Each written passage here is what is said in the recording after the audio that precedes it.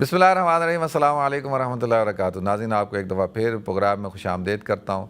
ناظرین، ماشاءاللہ محرم الحرام کا مہینہ اپنی رحمتوں اور برکتوں کے ساتھ رواں دواں ہے اور چل رہا ہے۔ آئے دن ہمارے سامنے بہت ساری صورتحال آتی ہیں نا، ہم تو روزانہ کسی نہ کسی ایشوز کے ساتھ وابستہ رہتے ہیں۔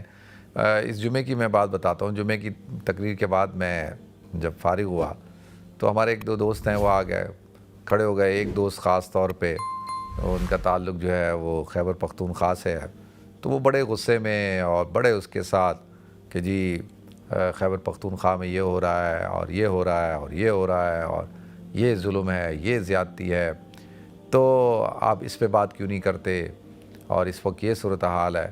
تو ہمارا ایک دوست تھا، وہ بنگلہ دیشی ہے، تو وہ شروع ہو گیا کہ جی بنگلہ دیش میں یہ ہو رہا ہے، بنگلہ دیش میں جو ہے فلاں صورتحال کھڑی ہو گئی ہے ابھی۔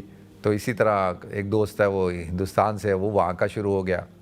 تو ہم تو سنتے رہتے ہیں کیونکہ مسجد ہے، اس میں لوگ ہوتے ہیں، تو وہ ہندوستان کی کارگزاری سنانا شروع ہو گیا کہ بھئی وہاں یہ صورتحال ہے، یہ ہے، پاکستان کے اندر آپ کے سامنے ہے، پھر فلسطین کا قضیہ آپ کے سامنے ہے۔ اب اگر فلسطین کا قضیہ بیان کرو اور ان ایشوز پہ گفتگو کرو تو لوگ کہتے ہیں کہ بھئی ہمارے مسائل ہیں۔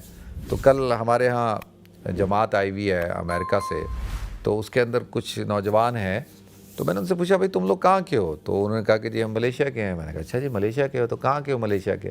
تو انہوں نے بتایا، تو پھر میں نے کہا تم لگتے نہیں ہو ملے؟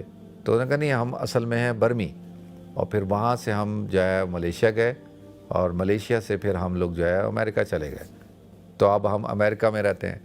تو وہ پھر ان کے سامنے جو ہے وہ ڈسکشن شروع ہو گئی روہنگیا مسلمانوں کی، وہ روہنگیا مسلمان تھے۔ تو اب ہر طرف آپ دیکھیں کہ مسائل ہیں، چیلنجز ہیں۔ دیکھیں اب یہ سارے مسائل ہیں، ہر طرف مسائل، ایشوز، چیلنجز ہیں، اب ان کو ٹیکل کرنا ہے، ہینڈل کرنا ہے۔